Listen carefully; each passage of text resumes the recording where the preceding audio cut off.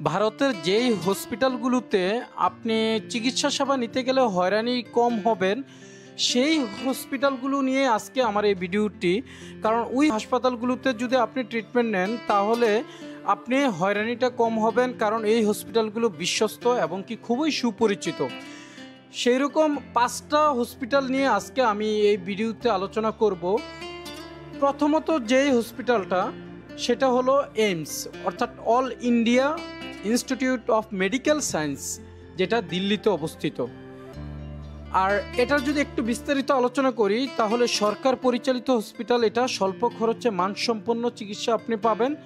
অনলাইনে appointment system কিন্তু আছে, তবে অনেকটা দেরি হতে পারে, বিশেষ করে যারা দেশের বাইরে অর্থাৎ ভারতের বাইরে থেকে ট্রিটমেন্ট নিতে যাবেন তাদের ক্ষেত্রে একটু সময় সাপেক্ষ হতে পারে। আর ওয়েবসাইট অ্যাড্রেসটা আমি দিয়ে দিলাম এখানে, ওয়েবসাইট অ্যাড্রেসটা আপনারা দেখতেই পাচ্ছেন। আচ্ছা, দ্বিতীয় নম্বর যে হসপিটালটা, এটা সিএমসি বলে সংক্ষেপে, এটা বেলুড়েতে অবস্থিত। এটা হচ্ছে ক্রিস্টিয়ান মেডিকেল কলেজ যেটাকে বলা হয়। এটা অত্যন্ত পেশাদার ও সংগঠিত একটা হাসপাতাল। অনলাইন রেজিস্ট্রেশন এবং অ্যাপয়েন্টমেন্ট ব্যবস্থা কিন্তু রয়েছে। আর ওয়েবসাইট অ্যাড্রেসটাও আমি দিয়ে দিলাম, আপনারা এটা দেখবেন। আর 3 নম্বর যে হসপিটালটা, এটা হলো অ্যাপোলো হসপিটালস, যেটা আমরা সবাই চিনি। বেশিরভাগ বাংলাদেশি বলেন অথবা পার্শ্ববর্তী দেশের যে রুগীগুলো রয়েছে তারা কিন্তু ভালোভাবে এই হসপিটালটাকে চিনে। এটা চেন্নাইয়ে অবস্থিত, তবে দিল্লি, কলকাতা এই জায়গাগুলোতেও কিন্তু আছে। তবে বেশিরভাগ বাংলাদেশি বিশেষ করে চেন্নাইতে যায়, তারপর অন্যান্য দেশের যারা রয়েছে তারা কিন্তু দিল্লি এবং কলকাতাতেও গিয়েও ট্রিটমেন্টটা করে। আচ্ছা, এই হসপিটালটার কিছু বৈশিষ্ট্য আমি তুলে ধরছি। এটা হচ্ছে প্রাইভেট হলেও সেবা এবং ব্যবস্থাপনা খুব ভালো। বিদেশি রোগীদের জন্য আলাদা ডেস্ক এবং সমন্বয়কারী কিন্তু এই হসপিটালে রয়েছে। তাই জন্য বাইরের যারা ট্রিটমেন্ট করতে যায় ওই হসপিটালে, তারা কিন্তু খুব সহজে এবং কি স্মুথলি সেবাটা পান। আর ওয়েবসাইট অ্যাড্রেসটা দিয়ে দিলাম।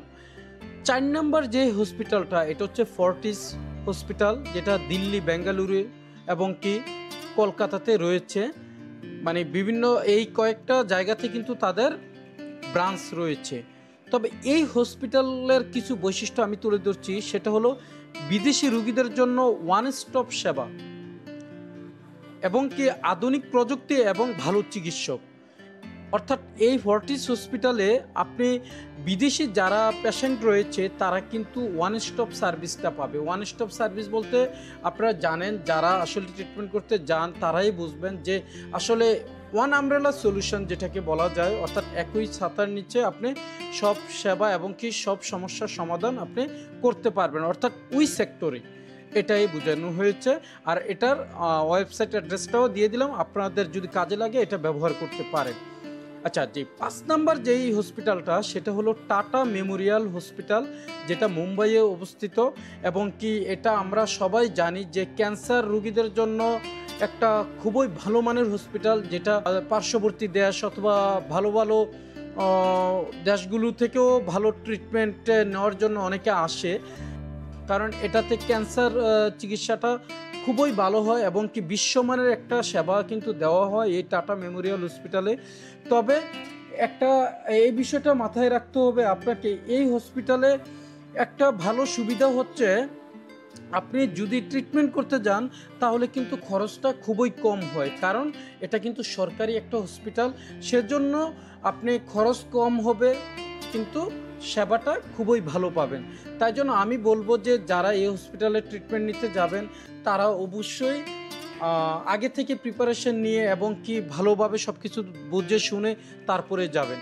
ঠিক আছে বন্ধুরা, আমি চেষ্টা করেছি ভালো মানের এই হসপিটালগুলোর তথ্য আপনাদেরকে জানিয়ে দেওয়ার, যাতে করে আপনারা ট্রিটমেন্টটা খুব স্মুথলি সুন্দরভাবে নিতে পারেন।